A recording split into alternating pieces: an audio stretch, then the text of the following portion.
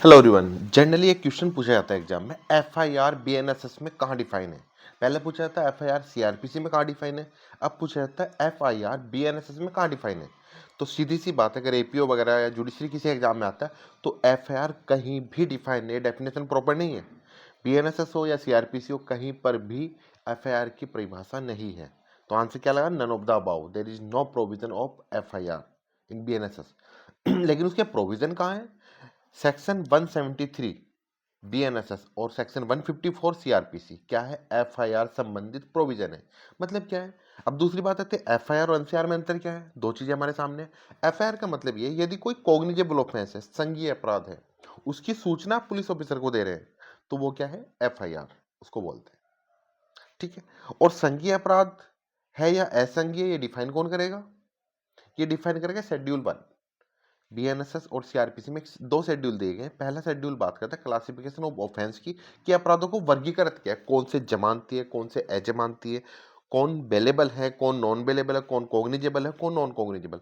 मतलब क्या है, वहां देखें पहले कौन सा बेलेबल है, कौन सा नहीं है, कौन सा कॉग्निजेबल है, कौन सा नहीं है। जब कॉग्निजेबल ऑफेंस है तो 173 के अंतर्गत दर्ज किया जाएगा मामला। और कॉग्निजेबल ऑफेंस कौन से होते हैं? जिसमें पुलिस बिना वारंट के अरेस्ट कर सकती है, without the warrant of magistrate arrest भी कर सकती है और इन्वेस्टिगेशन भी शुरू कर सकती है। लेकिन नॉन कॉग्निजेबल अगर ऑफेंस है तो जाना पड़ेगा 174 बीएनएसएस में। ठीक है।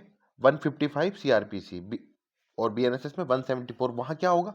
पुलिस मामला दर्ज करेगी और फिर मजिस्ट्रेट के पास भेजेगी कि जज साहब ऐसी ऐसी बात है, बताओ इन्वेस्टिगेशन करूं या नहीं करूं।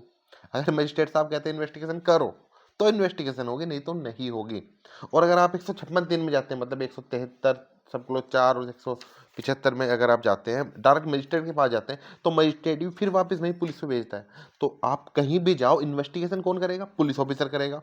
संज्ञेय मामले में अपने आप कर देगा, असंज्ञेय मामले में after the order of the magistrate investigation करेगा।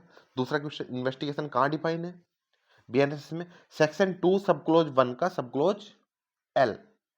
तीसरी बात क्या है? इन्वेस्टिगेशन होगी। इन्वेस्टिगेशन का मतलब क्या होता है? किस पर्पज के लिए इन्वेस्टिगेशन किया जाता है? ऑप्शन मिलता है अपराधी को सजा दिलाने के लिए, ये करने के लिए, वो करने के लिए नहीं। सॉरी, इन्वेस्टिगेशन का पर्पस सिर्फ और सिर्फ क्या होता है? Collect the evidence. Evidence collect करना ही इन्वेस्टिगेशन का पर्पस होता है। ठीक है, क्लियर है चीजें? ऐसे ही छोटे छोटे शॉर्ट में समझेंगे चीजें। Okay everyone, all the best.